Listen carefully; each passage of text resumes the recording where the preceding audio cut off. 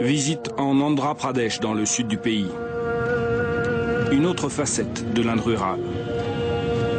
La plupart des 700 millions de paysans indiens vivent comme ici sur de minuscules lopins de terre. Ces petits paysans ont adopté les techniques de la Révolution verte, mais sans avoir les moyens des grands propriétaires. Ils traversent aujourd'hui une crise sans précédent qui les pousse parfois au bout du désespoir.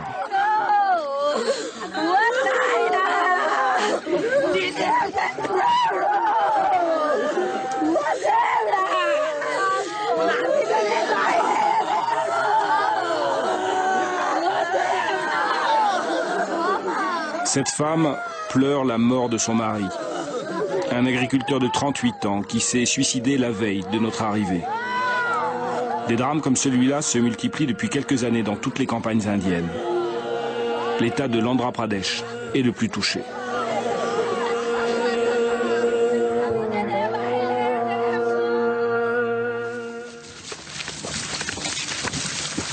Le lendemain, le frère de la veuve nous emmène dans les champs de la victime. 2 mois avant sa mort, le paysan avait vendu la moitié de ses terres pour rembourser ses dettes et acheter des produits chimiques. Ça, c'est de l'indosulfane, le pesticide qu'on utilise pour le coton. C'est ça qu'il a bu. Il en est mort.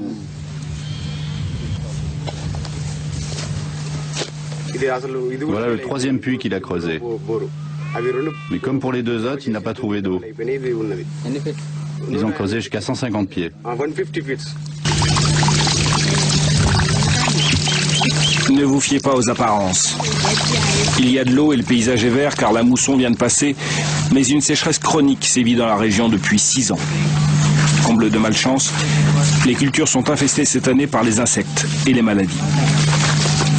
Vous voyez, cette plante est malade.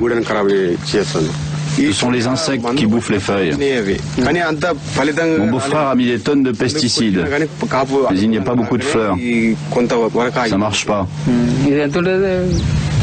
Même en arrêtant les produits, ça n'a rien changé.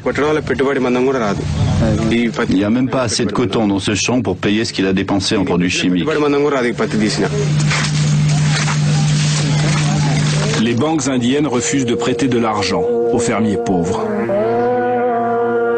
La victime a eu le malheur de recourir à des usuriers qui pratiquent des taux faramineux, 40% d'intérêt par an.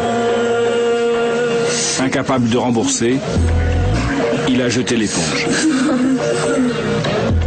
En Inde, la honte tue. Surtout quand on ne possède plus que sa dignité. Jeffrey enquête depuis 5 ans sur les problèmes des paysans. Ici, dans un autre village, à quelques kilomètres, un autre fermier s'est suicidé, harcelé par un usurier. C'est la technique habituelle des usuriers.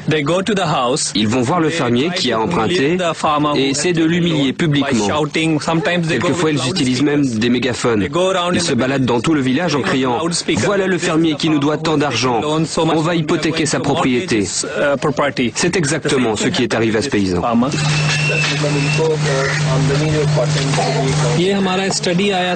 J'ai là l'étude sur les suicides qui a été publiée en 99. Depuis 10 ans, plus de 25 000 fermiers se sont suicidés en Inde. 25 000? Plus de 25 000. Là, voilà, j'ai les statistiques de tous les suicides du Punjab. Quel est l'État qui a connu le plus grand nombre de suicides?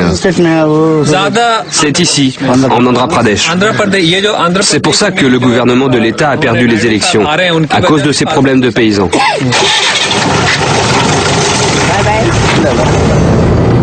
La révolte gronde dans toute la région. En particulier contre les vendeurs de semences d'OGM soi-disant résistantes aux insectes.